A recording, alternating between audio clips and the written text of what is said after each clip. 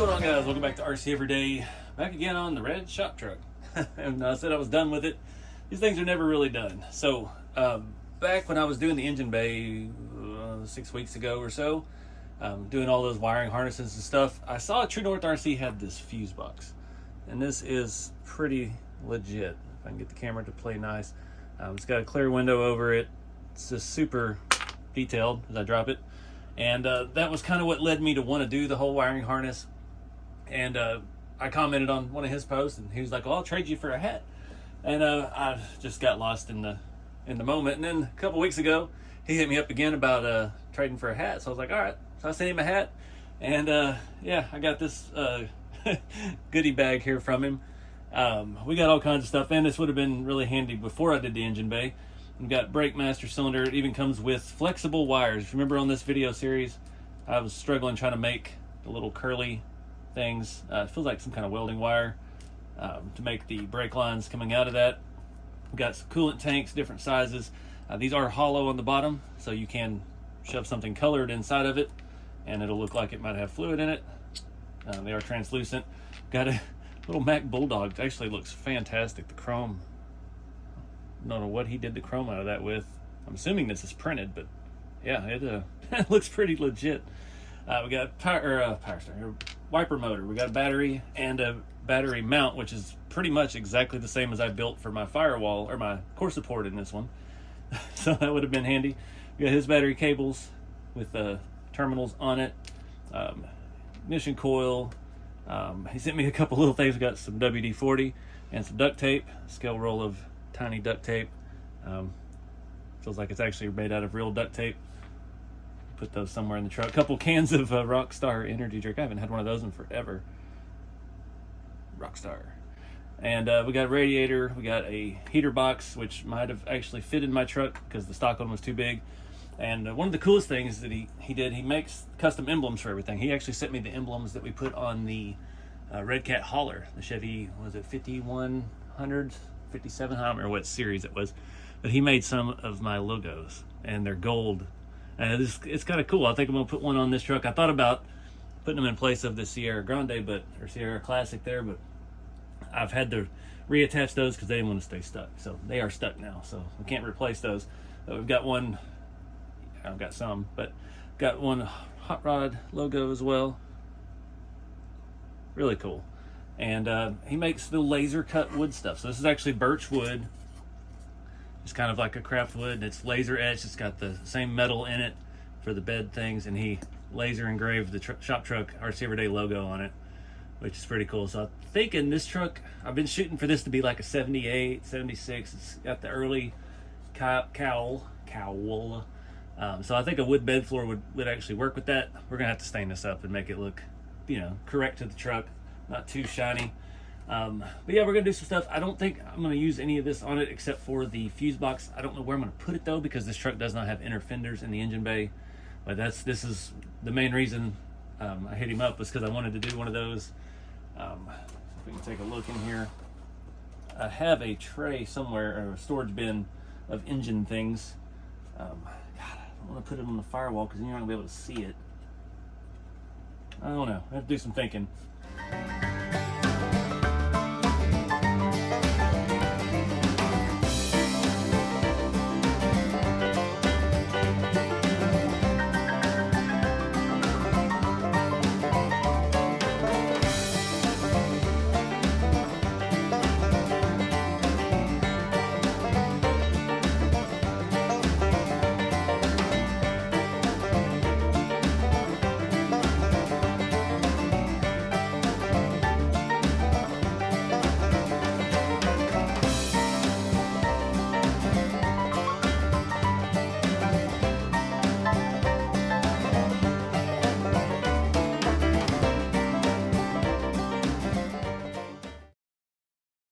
Alright guys, you saw me get the bed stained. I managed to not get any on my fingers. That looks really good with that. It's a dark walnut stain. And yeah, the grain and stuff on there actually looks very legit. Playing with the fuse box, I dropped it underneath the truck right now. I did some looking. I've never actually had a square body. I grew up with the OBS Chevy, had an 89. And I'm thinking in my head, all the GMs, even my 2003 Suburban, everything, the fuse box is up here above the tire. And apparently these only had the fuse panel underneath the dash for all of the stuff, because they didn't have all the stuff that they have nowadays.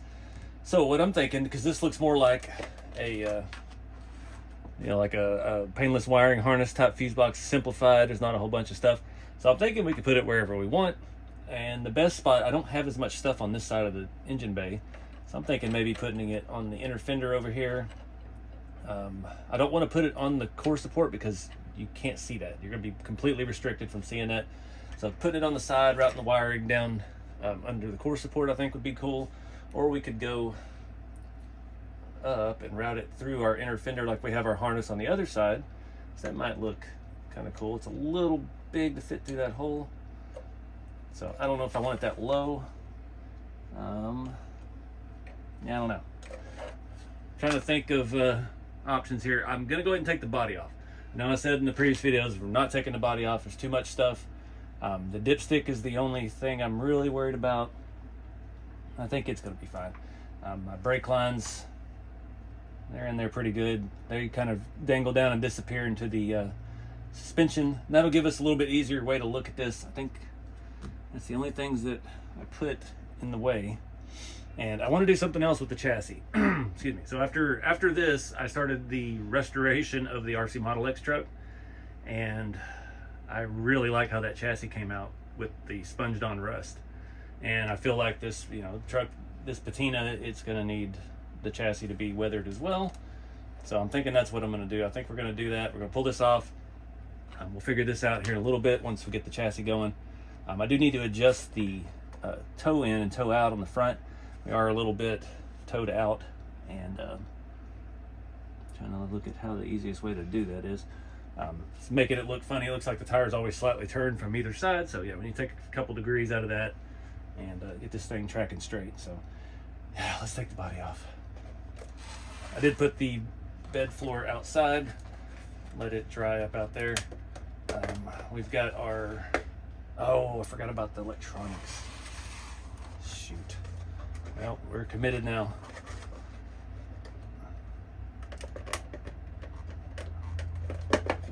Now we got to disconnect our, it's hanging up on the front.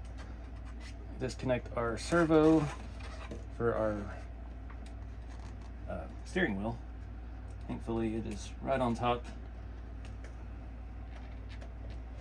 All right, this is where they start getting tough, where it's almost more model car than it is RC car.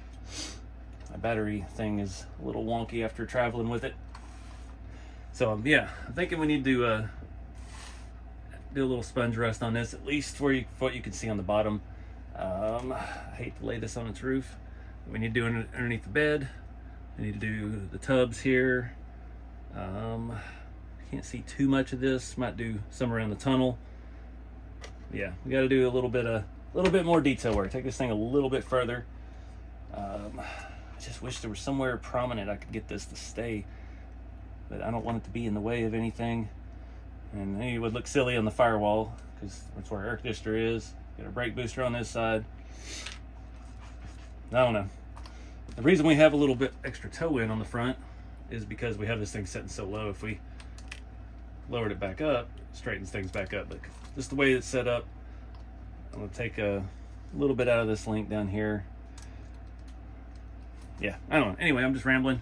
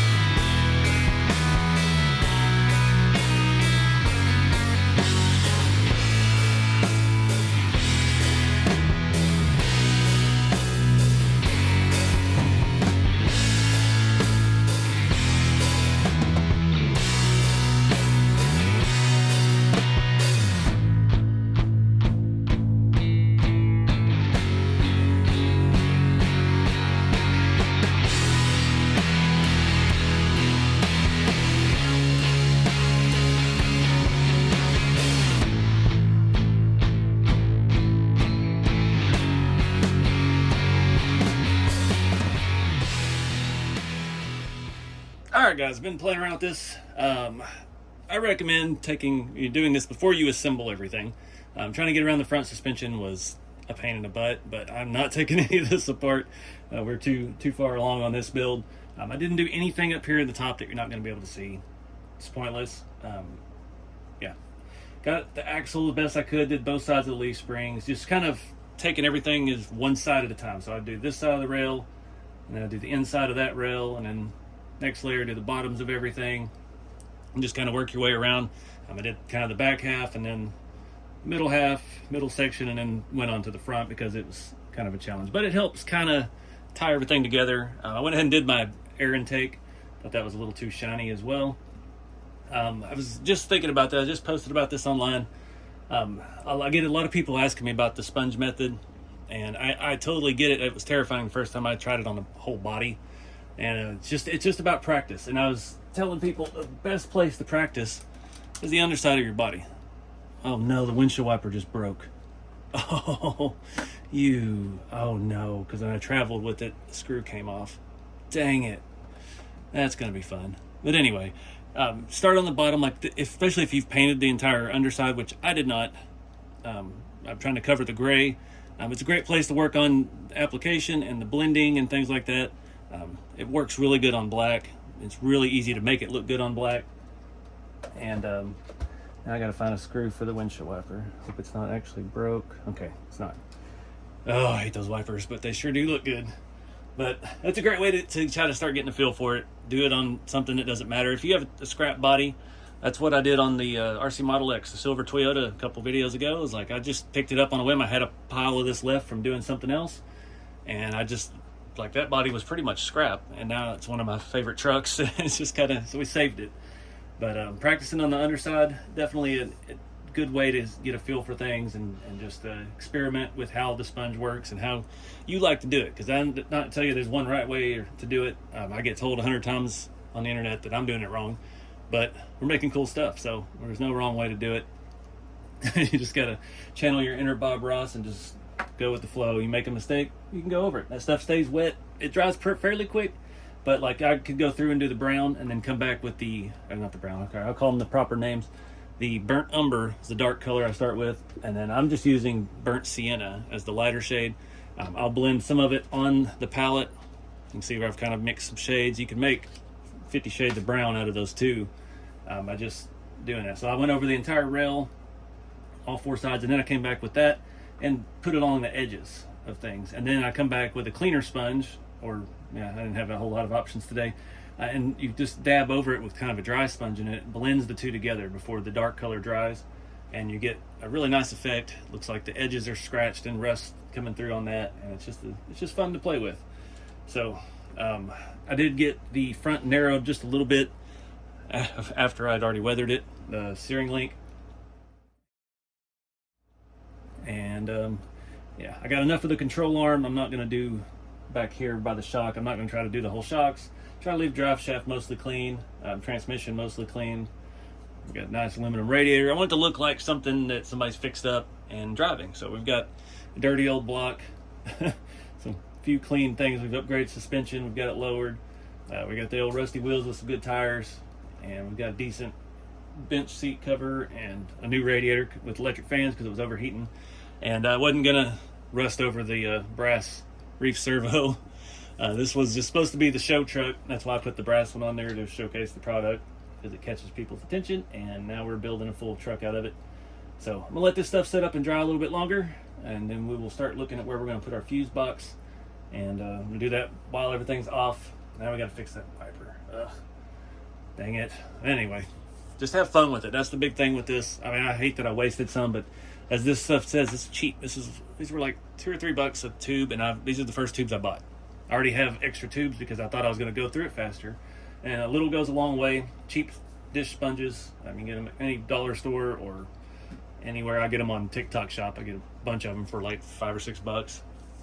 So it doesn't have to be a super fancy thing. A lot of people suggest using C sponges, and I haven't seen that work at this scale. That has a lot of different holes. They're not consistent like these. And for me, the small holes on this are more consistent and it's easier to work with. just because that's what I've started with. The big holes on that, I don't know. I've seen people use C-sponges for real cars doing fake patina, but not on an RC car. I haven't seen that successfully done yet. Somebody told me you have to wet the C-sponge first. I don't know. Mixing water and acrylic paint, I don't know how that jives, but what I'm doing is working and I'm enjoying it, and that's all that matters. And yeah, if you want to try it, have at it. But we'll pick this up after this stuff.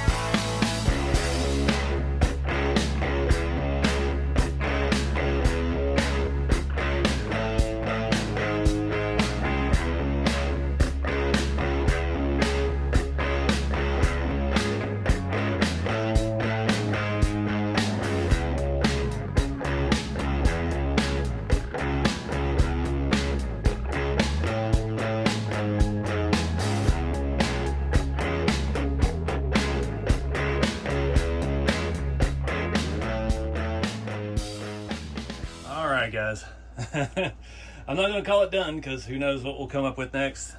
There's always new stuff coming out, and yeah, I did not think I would really like the wood bed, but man, the way the strips look, it's kind of a bronze. It goes with the rear bumper, and the stain of the wood really just sets it off. This whole thing, I just absolutely love this truck. Wish I had it in real life. I'll show you the bottom here in a minute. I haven't even really looked at it since I got it together, but I don't want to turn it upside down just yet. The little emblem, the little shop truck logo emblem, I stuck it on the back thinking like the old dealer emblems that they used to put on back in the day. Yeah, I should have put it on the bumper. I thought about it up here, but I don't know. That's where they always stuck them, just on the bottom edge, bottom corner. I always hated those, but now it's kind of one of those retro things, and people even collect them and stuff. So that's kind of what I was thinking with that. I got it at the RC Everyday GMC dealer in 1976. So anyway, I wanted to do some more stuff to the interior, but that was not going to pull that out. It's a lot of work with that servo. I did luckily get the windshield wiper back together without too much issue. The fuse panel, I went ahead and stuck it on this side. Let me get you a better angle. It's so hard to show on camera. My inner fender is about maxed out for weight capacity. I used a carpet tape to hold that in on both sides, and I just couldn't stick it on the other side. Every truck I've ever had, the fuse block is on the driver's side, even though these didn't have it from the factory. I tied it into the harness that's over here. I know it looks really close. I know everybody on Facebook's going to be like, we're hitting your wiring. It is not, unless we fully compress right there. But it has a little give in it. And it'll be fine because this isn't going to be out trying to trail with this truck. This is strictly just to drive through the show and shine and look good on a shelf truck. But that's a really nice little added thing there. Rusted up the air cleaner. All the tops of all the suspension and the steering links kind of adds a little bit of depth to it, makes it blend in a little bit better. Yeah, the bed thing is pretty cool. I really didn't think I would like it, but it's actually pretty cool. I like the wood bed trucks. I don't, it's a lot more work, but You know, and it's one of those things in real life I would take whatever I got. If I got a older one with the wood bed, that would mean a lot of things. I would have a much older truck, which probably means more rust, but I like the earlier years better. I don't know what it is about the, was it the 73 or 4 was the first year of the square body? I'm drawing a blank. They just look different. I don't know what it was. The trim packages and stuff weren't evolved yet, and they look like a different body style almost. It's just weird. I don't know. I just have an eye for things, and something's off with it. But I like it. It's not a bad thing. I wanted to do a little more in the interior. I wanted to stick some like the WD-40 can in the console or something like that. But yeah, I don't want to get into it. I think we got a really good mix of things. Let's flip it over here and take a look at the bottom now and see what it actually looks like all together. Put y'all up high. Looks so much more complete now. It's not perfect, obviously. You can still see a lot of the seat and stuff like that. I should have done a little more on this, but you won't be able to see that with the battery. It just adds, especially back here with the suspension and stuff. You got the front suspension. Just another little extra detail. Sitting there looking at my fuse box upside down. Should have rusted it. A lot of work, but man, I love this thing. This would be one I don't ever plan on selling. I get asked 100 times a day on social media, how much? There ain't enough money to rip this one out of my collection for a very, very long time. Usually I have to like not mess with a truck for a few years before I'll even consider selling it. Got the front, one of the front tires was actually stuck. These wheels have the 12 mil hex made into it basically, so it just goes straight over the pin. And yeah, one of these was not all the way on the pin. It was on the pin at an angle. It's really hard to get these on. Usually I'll have to stick a screwdriver or something in the back, because these were off of a 4-wheel drive touring car. Stick something back there to lock the spindle itself while I tighten the nut. And yeah, that's part of the reason I was having so much rubbing issues before, because that was sticking out further on one side. So this body does have a little bit of play. We can shift it a little bit side to side, make sure everything's nice and even. And like I said, we get enough steering. Again, we're not road racing. We're not doing anything crazy with it. It's just a running, driving model car. I guess that's going to wrap it up for this one, guys. Huge thanks, True North RC. Check him out on Facebook and Instagram. I'm not sure if he has a website yet. A lot of guys don't do websites still. He's got tons of stuff. I don't even know what all he's got because he doesn't have a website. He sent me all this cool stuff. That full engine accessory kit, the little emblems custom made, the bed floor custom made, the fuse box is still awesome. Great little scale thing he makes. So check him out for those. And I'm not going to call this one finished again because nothing's ever finished. And we'll figure out something else to do with it. Keep it evolving and getting better and better. But get out there, guys. Have some fun with the hobby, whether you're building, driving model cars, or you're out there crawling, flying planes, or whatever it is that you do. Have fun with the hobby. Keep it scale, and I'll see you next time.